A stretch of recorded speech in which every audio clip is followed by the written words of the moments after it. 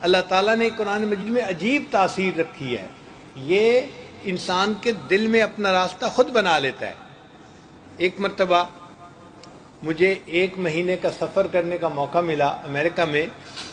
مصر کے مشہور قاری تھے عبد الباسط عبد الصمد، بہت اچھا قرآن پاک پڑھتے تھے۔ آپ کبھی ان کی تلاوت سنیں تو آپ حیران ہو جائیں گے کہ کتنا اچھا قرآن پاک پڑھتے تھے۔ وہ قرآن پاک کی تلاوت کرتے تھے اور میں اس سے متعلقہ کچھ مضمون اردو یا انگلش جیسا مجمع ہوتا ایسے بیان کر دیا کرتا تھا۔ تو 1 مہینہ چونکہ قریب رہنے کا موقع ملا تو کافی آپس میں تعلق ہو گیا تھا۔ ایک مرتبہ ان سے کسی نے کویسچن پوچھا، قاری صاحب آپ اتنا اچھا قرآن پاک پڑھتے ہیں تو آپ نے کبھی کوئی قرآن پاک کا معجزہ دیکھا؟ ان کا ہاں میں نے تو کئی مرتبہ دیکھا۔ قاری صاحب بتائیں؟ تو قاری صاحب نے کہا کہ ایک مرتبہ مصر کے جو صدر تھے جمال عبد الناصر، وہ مجھے اپنے ساتھ رشیا لے کے گئے، اور رشیا میں تو کمیونسٹ تھے، تو وہاں تو مذہب کو، دین کو، خدا کو ماننے والا ہی کوئی نہیں۔ ان لوگوں کے پاس انہوں نے میٹنگ کی، اور میٹنگ کے بعد انہوں نے پھر ان سے کہا کہ جی میرے ساتھی ہیں، آپ کے سامنے کچھ پڑھیں گے۔ تو وہ تو نہیں سمجھے کہ کیا پڑھیں گے، مگر مجھے صدر صاحب نے اشارہ کیا کہ ان کے سامنے قرآن پڑھو۔ قاری صاحب کہتے ہیں میں نے ان کے سامنے قرآن پاک پڑھنا شروع کیا۔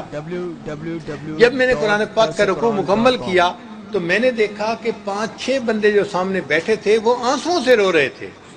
وہ لوگ جو خدا کو نہیں مانتے، جو قرآن کو نہیں مانتے، جو دین کو نہیں مانتے، ان کے دلوں پہ بھی اثر ہو رہا تھا۔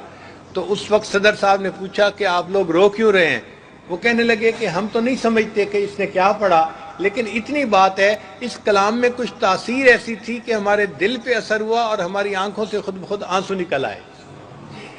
جو خدا کے وجود کو نہیں مانتے، اگر ان کے دل پہ قرآن اثر ڈال دیتا ہے تو جو اللہ کو مانتے ہوں، ایمان والے لوگ ہوں، ان کے دلوں پہ کیا اثر ہوتا ہوگا۔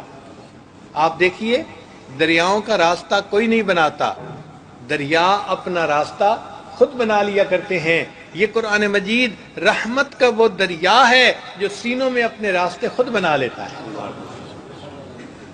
دل پہ اثر کرتا ہے بندے کے۔ قرآن عظیم الشان، اللہ کا فرمان، اس لیے ہمیں چاہیے کہ ہم اس کو پڑھیں، اس کو